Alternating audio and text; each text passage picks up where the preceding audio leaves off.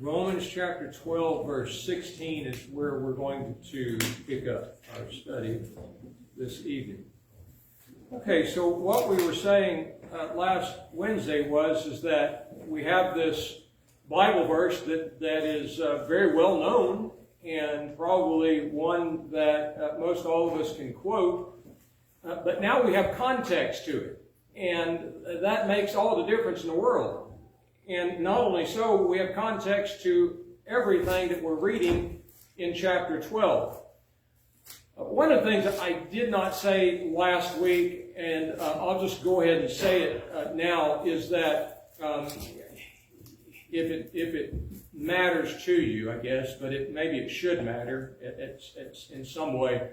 But before each of these attributes are given, there is a Greek article, which is very helpful, because what we are seeing is that in order for me to prove, in order for you to prove that you believe that God is the Creator, and that you subject yourself to the Creator, and that His Word is complete, and there's nothing more to add to it or take from it, in order for you to prove that, which is the word that's used here, then you do all of these things.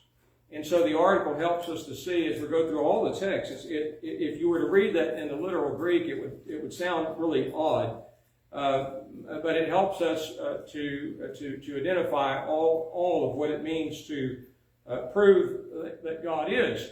And it's significant that the Apostle Paul writes this at chapter 12 in light of the context of the book.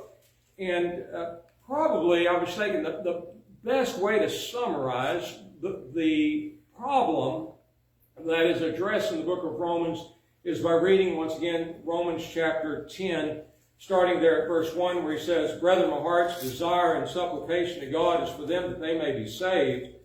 For I bear them witness that they have a zeal for God, but not according to knowledge. For being ignorant of God's righteousness and seeking to establish their own, they did not subject themselves to the righteousness of God." That is highly significant for our study. So what it's saying is that these Jewish people that he's addressing, sought to establish their own way of doing things. So when they were demanding that people be circumcised and keep the Mosaic law, keep all these dietary laws, keep these set feast days and all these things, they were setting their own way, and in effect setting themselves forth as God. Instead of subjecting to God, putting themselves under God, they elevated themselves to the level of God. This is the problem. And so Paul exposes that and shows that God is the Creator. He will have mercy on whom He will. And so if God's going to pardon you, and you're going to be viewed as achieving the righteousness of God, you're going to do things His way. I will have mercy on whom I will. So that's God saying that from Romans 9. So that's the big issue that we've been looking at. And so when we look at chapter 12, and we see the Apostle Paul saying that this is how you prove, do I, does anyone believe that God is the Creator and that we are the created, and therefore we subject ourselves to Him? Do we believe that God's Word is complete and it doesn't need me to be adding anything to that? How do we prove this? Well, we go through chapter 12. But I've asked Brother Knapp, he has a Bible version that I thought was very interesting, to read to us from Hebrews chapter 11, verse 1 through 4. And if you remember, in the book of Hebrews in chapter 11, the Hebrew writer is explaining how it is that someone proves their faith. Before he reads that, what would you say to that question as far as Hebrews 11 goes? How is it that we prove our faith to God? I believe God. I trust Him. I have confidence in Him. How does God know that? How will God see that in me? I do what He tells me to do. I don't make up my own ways. By your actions. So, if you would read that for us. Faith shows the reality of what we hope for. It is the evidence of things we cannot see. Through their faith, the people in the days of old earned a good reputation. By faith, we understand that the entire universe was formed at God's command, that what we now see did not come from anything we can see. It was by faith that Abel brought a more acceptable offering to God than Cain did. Abel's offering gave evidence that he was a righteous man, and God showed his approval of his gifts. Although Abel is long dead, he still speaks to us by his example of faith. Okay, so when Abel did what God told him to do, he evidenced his faith. He proved his faith. And that's exactly what we're looking at in Romans chapter 12. So when we do these things that he's been talking about, let love be without hypocrisy, abhor that which is evil, cleave to that which is good, in love of the brethren be tenderly affectionate to one another, in honor preferring one another, and we continue to read through all these things. As I do those things, I evidence my faith in God. I am proving that I believe that God is the creator of heavens and the earth, and I subject myself. I put myself under him, and I follow his will rather than making my own way. You know, we probably think about Jeremiah chapter 10 verse 23 passage, where Jeremiah stated that it's not in man that God created to make his own path. So that's not what God ever intended for us. So he's our creator and we follow him. Okay, so we pick up with verse 16 then, in light of all that, and the Apostle Paul continues talking about how we evidence this faith to God. He says, be of the same mind towards one another. Set not your mind on high things, but condescend to things that are lowly. That's the idea of adjusting or adapting yourself to that which is lowly. Being submissive is what that literally means. Be not wise in your own conceit. The literal would be not wise with yourself. In other words, the source of your wisdom should not be yourself, but God. So if one is wise in their own conceits, that's the American Standard Version. So in other words, I have dreamed up in my mind that you really should set aside this certain feast day and keep that, and you will be holy like I'm holy. Well, that's not from God. Paul, go ahead. Read your verse again, verse 16. Be of the same mind one toward another. Set not your mind on high things, but condescend to things that are lowly. Okay, that's the same thing. Then I'm confused. My version says, but associate with the humble. Okay, yeah, the idea of adjusting or adapting yourself to the lowly. Yeah, so, okay, verse 17, he says, render or repay no man evil for evil. Take thought of the things honorable in the sight of all men. And I think that, especially we as parents, we try to instill that within our children. Live in an honorable way. And through the years, I have really, I remember there was a long stretch where I was just doing a lot of sermons about this idea of being honorable from a biblical perspective. Now, if you look at that definition of the word, it means beautiful, noble, moral beauty, virtue, integrity, honor, to do what is right in all circumstances, or to be reliable. So really, if you kind of step back and you kind of summarize that, I think that phrase, to do what is right in all circumstances, that's the idea of being honorable. And of course, God's Word determines what is right and what is wrong. So I can be an honorable person when I follow through all these things that we are looking at in Romans chapter 12. Subjecting myself to God. This is what an honorable man or an honorable woman is about. He says, if it be possible, as much as in you lies, be at peace with all men. Sometimes it's the case that some people will not let you be at peace with them. And no matter how hard you try, no matter how many times you turn the cheek, this person does not want peace. But you are to give it your all. Avenge, he says, that is the idea of retaliating. Not yourself, beloved, but give place unto the wrath of God. For it is written, at Deuteronomy 32 and 35, vengeance belongs to me. I will recompense, says the Lord. And so there's a lot of different Bible verses. I thought about I think it's 2 Thessalonians 1 in verse 14, 15, somewhere right in that area where the Apostle Paul talks about how it will be that God will render vengeance to those who persecute us and do all manner of vile things to us. Leave that to God. They will get their just reward.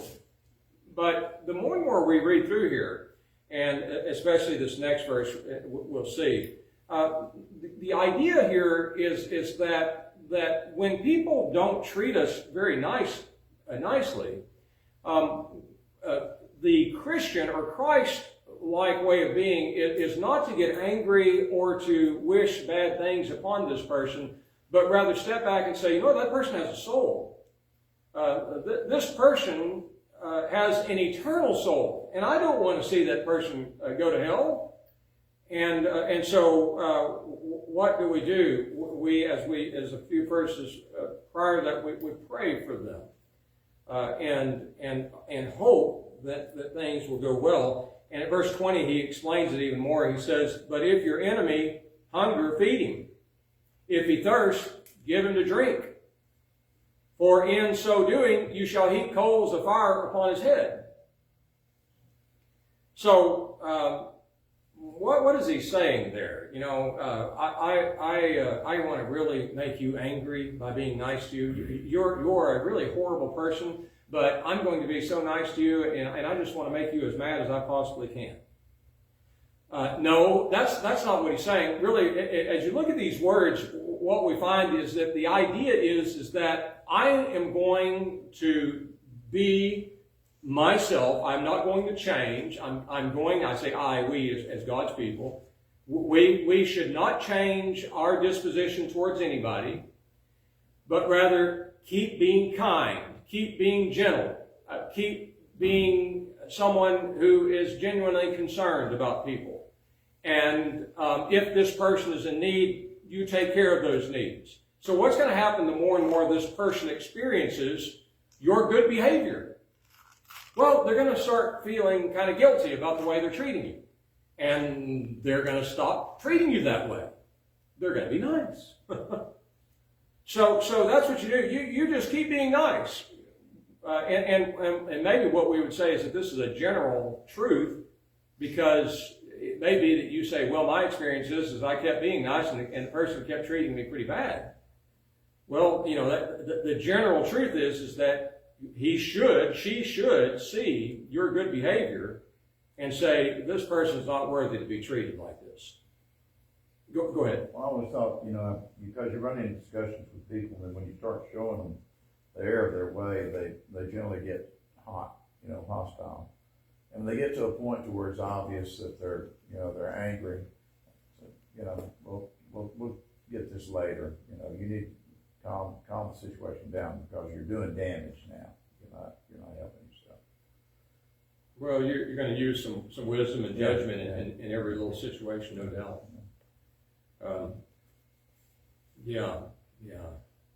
There's going to be a time where you say, okay, I step back. Yeah. And in the last verse of the chapter, he says, "Be not overcome of evil, but overcome evil with good." The idea is, don't be conquered by evil, but you conquer evil. And so, we've been talking about that a lot in the Joshua study. That's the whole premise of the book of Joshua is conquering sin. And so we can do that. Draw nigh to God, and He will draw nigh unto you. So, we come to the end of the chapter, and of course the chapter divisions are there by man. So we're going to continue this thought of proving by my actions, by my words and deeds, proving that I believe that God is the Creator. Therefore, I subject myself to Him in obedience. And I believe that God's Word is complete and it doesn't need anything added to it or taken away from it. And so I'm going to manifest that by what I say and do on a daily basis, which means I'm going to overcome evil to prove this to God, to manifest, or as Larry Knapp's version said, evidence this, which that's a great translation there. Okay, so now we move on to chapter 13. Any thoughts on chapter 12? We're going to really continue the same thought process here of proving. Okay, before we... Oh, go ahead, Susan. What are you thinking? As a mother and a grandmother, I have a hard time having to pray for somebody that would do harm to my youngest grandson that has no capability of defending himself. Yeah. So, but if God is going to, He's going to have no mercy on that soul, then why should I? Yeah, well, and I think that's, you know what, I think that's us as human beings, that we have to fight against that, because that's the instruction. You keep praying for this person. You keep being good, and maybe they'll change if someone's doing that to say, for example, your grandson. Then they'll see that this person's not worthy to be treated like this. But vengeance belongs to me, God says. I'm going to take care of him. I'm talking about do something really harmful to him. Well, go ahead, Larry. Larry Tomlin, go ahead. I was just going to say, in regard to what Susan just said, you said a few minutes ago, we're not going to change I forget exactly the word you used, but we do change. As Christians, we do change because our attitude and our character and our honorability now is always, regardless of the situation and however tough it may be, do the right thing. Because the rest of it's out of our hands. When we do what's right, even by our enemies, even by those who would treat our grandson badly, and I've got to admit, it's going to push my envelope a little bit, if that was to happen.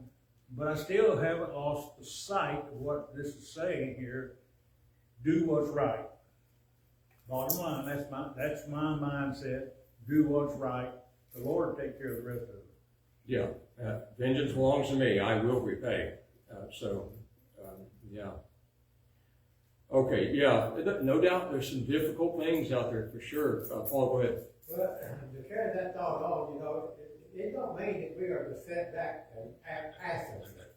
We can get into somebody's face, but we're not with no sin. If somebody is continuing to, like bother Ian, and ridiculing him and whatnot, but it's time somebody step up and get in his face in a scriptural way, not cursing or losing your mind or anything, but standing up for your grandson. Right. Well, and maybe get back to what Leonard was saying earlier. You're going to have to use there's going to be periods of judgment and use wisdom, and in every situation do what is right. So that's being honorable. Go ahead. And just one more thought. As Christians, our mindset is to do what's right. We, by and large, control the atmosphere. We control what happens to us, where we're at, the way people react to us, the way we react to them. We, by and large, control that. And so, that being said, we can navigate away from certain instances that might prompt bad reactions from other people for some reason. Yeah, sometimes, I can't remember the exact proverbs, but sometimes I'm going to paraphrase, a kind word can turn away a wrathful situation. Yeah. Well, Christ himself gave us an example. When he brought the money changers out of the temple, he didn't sit back and let all that happen. He stood up and turned the tables over and told him, you're doing that in the wrong place, God. Yeah. So, okay, I mean, for the immediate context, you let God have his wrath. You be kind and gentle in these situations. You feed this person. I think that we're kind of jumping in other kind of areas, but the immediate context is that I'm going to prove that I believe that God is a creator and that I will subject myself to his will, not my will. My will may be not to turn the other cheek, but I'm going to do his will. And God will have, in the text here, God will have his vengeance in this circumstance. But there are going to be all kinds of, we could probably spend all night talking about different kinds of circumstances. Somebody we're going to take your wife and just start ravaging you. You're just going to stand there and look at that? No, you're not going to stand there. You're going to defend your wife. So that's a bit of a different circumstance here. Here's somebody that's annoying you. They're not being very kind to you in this text. Now, when we get to chapter 13, I think this is really highly fascinating from a time perspective.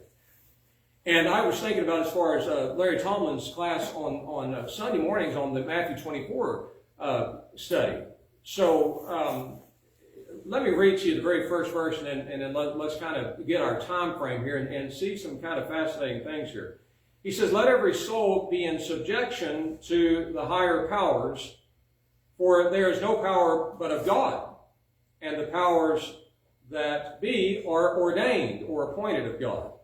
So if you define out these words, they have to do with magistrates that are in rule or in positions of authority, government situations. And so they are appointed by God. And we'll keep discussing what their work is and why he appoints them. But as I'm looking at this, he's saying be in subjection to them. Now, if I'm going to prove evidence, as your version said, that I do believe, I have confidence and trust that God is the creator, I submit myself to his will, not my will, and I know his words are complete. I cannot add things to that, my convictions, my opinions, and so forth. Then, if that is the case, then I will subject myself to the governing authorities that be. Now, I started doing a little looking into this, and at the time that Paul writes this, it's the year 58 AD. Okay, so 12 years later, Titus is going to march on Jerusalem and utterly decimate it. That's what we're studying about in Matthew 24. So everything that Jesus was talking about there in the first part of Matthew 24, I mean, you're living it out looking at the New Testament. The entirety of the New Testament is written before 70 AD. So everything is leading up to this. In other words, Nero, at the time of Paul writing this, is the emperor of Rome.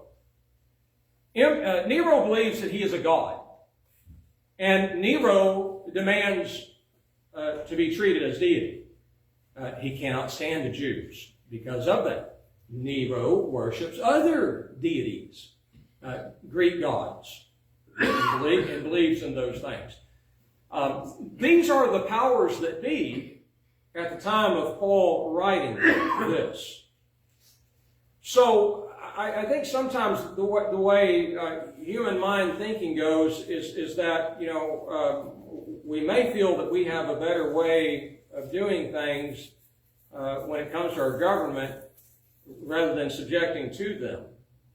And all I'm saying is that we need to be very careful around those thoughts, because in this time where Nero is emperor, it would only be 3 years from the time that Paul is writing this that Nero blames the burning of Rome on Christians and begins burning them at the stake, crucifying them, putting them into the Colosseum, being torn to shreds by lions and so forth. So these were horrendous times. Times like you and I have never seen, and we pray God that we never will. But it is during these times that Paul says, let every soul be in subjection to these magistrates, because God put them there, and he put them there for a purpose, and that's what we're going to study. I saw it, go ahead. Maybe a better word for the word subject, that be subject to the authorities, that we yield, that we yield to the governing authorities. Well, that word subjection is the exact same word that's used when we're talking about subjection to God. And it literally means to be under someone, to be obedient to. So that's the literal meaning. You know, whatever the English translation you want, I don't know. But it's the exact same word that's used to our subjection to God. So if I'm going, that's the point. If I'm going to prove to God that I believe that He is, and that I cannot change His words, then I am obedient to the government. Now, we know from Acts 5, is it? Where Peter says, I will obey God rather than men, if the government is demanding that we do something opposed to the will of God. Did you have your hand up, Larry? Yes, sir. Go ahead. I'm just gonna say that every soul is subject. That's every soul. That's not just Christians.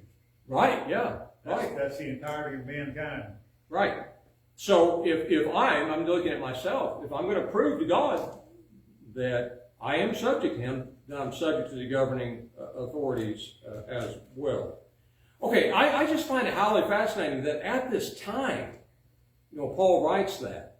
So, there are a lot of things that maybe we think hard in our human minds about these types of things. And I know that there are times when there are rulers over the land that we just completely disagree with. But does that mean I'm going to join some kind of a anarchist group and try to overthrow the government? God forbid.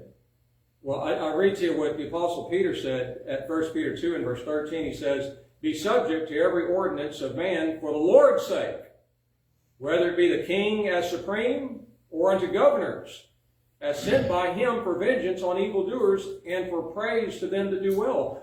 For so is the will of God, that by well-doing you should put to silence the ignorance of foolish men, as free and not using your freedom for a cloak of wickedness, but as bondservants of God." And here it is, "Honor all men, love the brotherhood, fear God, honor the king." Again, we're talking about a time with Nero. You honor. Give honor where honor is due. This person is in a position of authority. What we find is that people's genuine true colors or character comes out when it's put to the test in these kinds of situations, where there is one that has a position of authority, but they refuse to yield, to submit, to subject themselves to this person. Now, the Apostle Peter tells us at 2 Peter chapter 2 that is the characteristic of a false teacher. They will not yield to those who are in positions of authority. So, we want to teach our children this. We want to teach each other this, and it goes back even, so say somebody's in the Bible class back there, your children's in the Bible class back there, and there's a Bible class teacher. Well, that means your child is to subject themselves in that situation, right? That teacher is running the class, and you don't go in there and try to run over the teacher. And so, we have elders in the church that have a level of authority. Well, in the world, there are those who have authority as well. Teachers at school have authority. Principals at school have authority. People that at work have positions of authority. And so you honor the position. Even though they may be terrible, wicked people, yet they hold a position of authority. And as long as they're not trying to get you to do something that's evil, then God's will is that you submit to them. So, whatever situation of life it is, wherever you find yourself, if there's somebody that's over you, this is the Christian disposition, that you're willing to submit. And think about that, even like at the workplace. If there's somebody that's at the workplace that will not submit to the authorities, you got chaos at the workplace, don't you? And the same is the case in the church and in government as well. So the Christian's disposition is subjection in all of these areas. So looking at verse 2, then he says, therefore, he that resists the powers the powers that be, the governing authorities, the magistrates that be, if you set yourself against them, then you set yourself against the ordinance of God. That is a very powerful statement, isn't it? So I don't really like the government that I'm under. I don't really agree with these rules. We're going to talk about these the issue of taxation here in a moment. And you know, the reason the 70 AD event transpired under Titus is because of the Jewish revolts. Rome was heavily taxing the Jews. And the Jews have this idea that God's kingdom, from a prophecy like Daniel 2 in verse 44 and verse 45, that God is going to establish this literal kingdom, and his son will rule.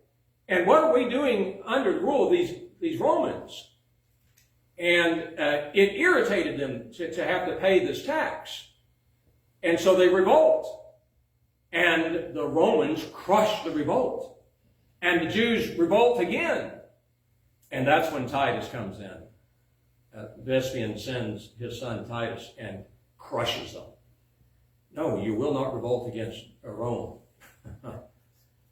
So what is the instruction here? In the year 58 AD, just a few years before these Jewish revolts happened over taxation. Pay your taxes. Now, we're not there yet, but verse 3 says, "For rulers are a terror to the good work, not to good works, but to the evil. And would you have no fear of the power? Do that which is good, and you shall have praise of the same." So keep the law, and you won't have any problems with the law, generally speaking. For he is a minister, that is, he is a servant of God to you for good. We have laws in this land for our good. Imagine if we didn't have a civil system, civil government system, where we have police officers, where we have mayors, where we have all these governing officials from a local level on up to the federal level. But what if there was it'd just be total chaos?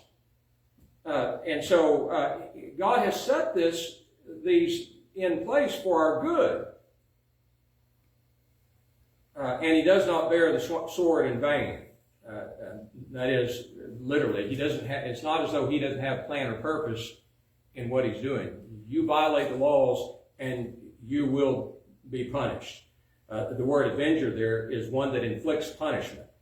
So he is a minister of God as one that inflicts punishment to him that does evil. Wherefore, you must needs be in subjection, not only because of wrath's sake, but also for conscience. That is, my inward moral impression of what I see to be right or wrong. And so when I see that God says it is right to subject yourself to the civil governing authorities that be, then if I go against them, then it should prick my conscience. And so he says at verse 6, this is where he brings in the tax issue. He says, "For this cause you pay tribute." Now, the word tribute literally means tax. "For they are ministers of God's service, attending continually." That's the idea that that's their full-time job upon this very thing. So they're seeing that civil order takes place in our country, in our cities, in our states, in our countries.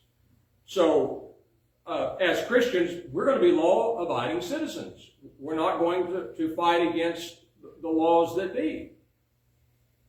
And so, again, I find it highly fascinating that he says this here. He says, "This cause you pay tribute." Tax money. Now, they're doing this on a full-time basis. That means that they need a paycheck. And that paycheck's going to come from you and me. And so as we pay our taxes, then they are supported and enabled to do the work that God gave them to do. God ordained them to do. God appointed for them to do. And so he says, "For this cause you pay tax, for they are ministers of God." I read that continuing on this very thing. Verse 7, "Render," that is pay, to all their dues. Tribute, that is tax, to whom tribute is due. Custom, to whom custom. Fear, to whom fear. Honor, to whom honor. Now, this word custom is kind of interesting. It includes market and property tax.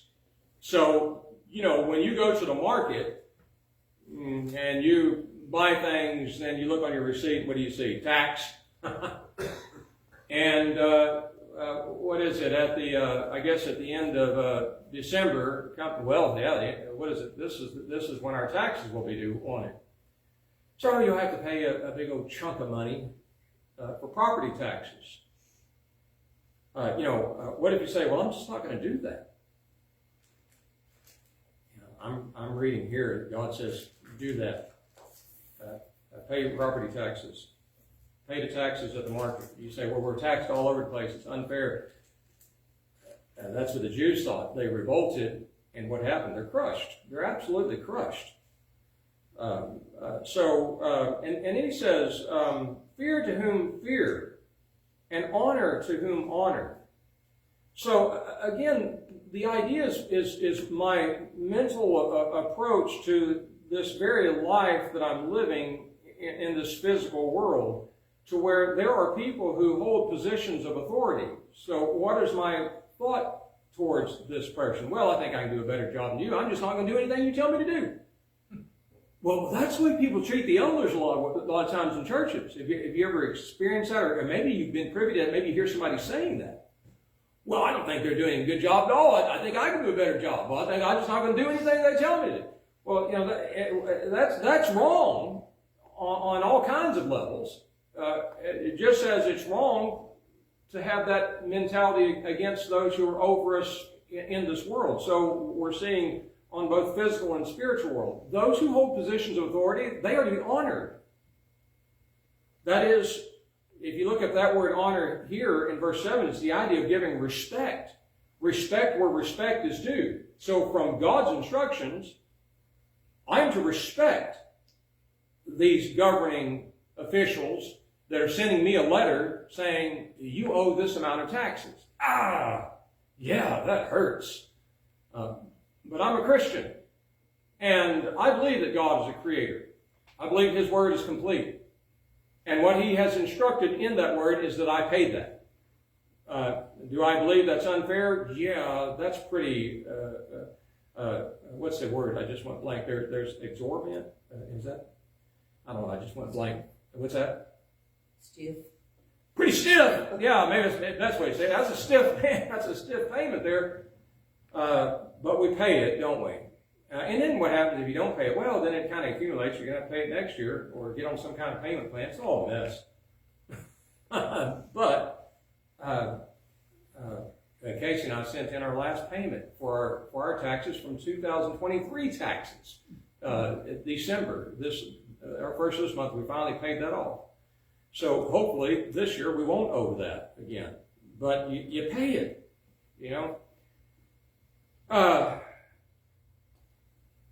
Respect to who is due respect.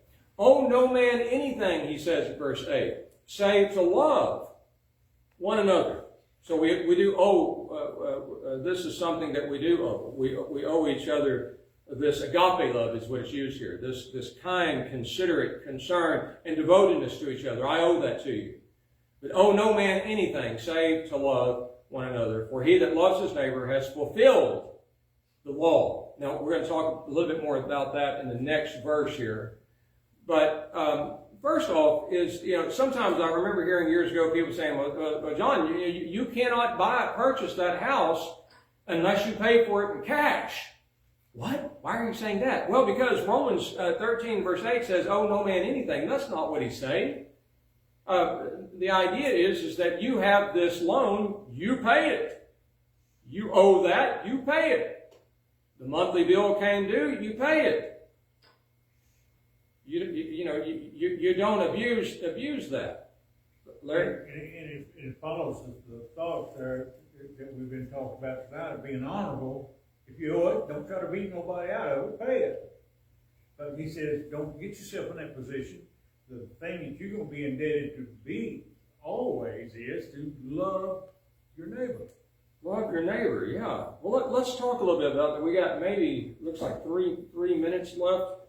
And the next verse, he states that, he says, Paul says, verse 9, for this, you shall not commit adultery, you shall not kill, you shall not covet. And if there be any other commandment, it is summed up in this word, namely, you shall love your neighbor as yourself. Okay, that is a quote from Leviticus. Did I write it down? Leviticus. No, I did not write it down. Oh, Leviticus 19, verse 18. And if you go back to Leviticus 19 and you look at that statement in its context, then you understand what loving your neighbor as yourself has to do with. So that loving your neighbor as yourself includes physical and spiritual things. So I can display my love to my neighbor. My neighbor, as we're seeing here in a few moments, there may be some necessities. There may be some poverty. There may be some things where this person is in great need. And if I can help, if I've got surplus, then I have the responsibility to help this person. That's loving my neighbor as myself. And then also from Leviticus 19, we see that it would also be a case of love, kind concern, and devotedness to others, to correct error when it happens. So if someone says something that's wrong, if somebody does something that's wrong, the loving thing to do is to correct it. Why? Because if the error is permitted to persist, and this person can lose their soul over the matter. So do I care about that person's soul? It's a matter of love. That I would say something to that person, which, it's kind of difficult because in certain situations like that, what Leonard said a while ago, if you do that, what happens? Sometimes they get mad, right? But if we can all see that this is an issue of love, then we'll certainly do that in a spirit of love, in a way of love. And then what do we have here? Let's see. Are we out of time? 15 seconds. 15. Okay, anybody have any thoughts? I'll just stop there at verse 9. Any other final thoughts? Okay, so we're continuing the idea of manifesting, evidencing our faith in the fact that God is our Creator and that His Word is complete. So I do what I put myself under Him. And so we'll pick up verse 10, Lord willing, next time.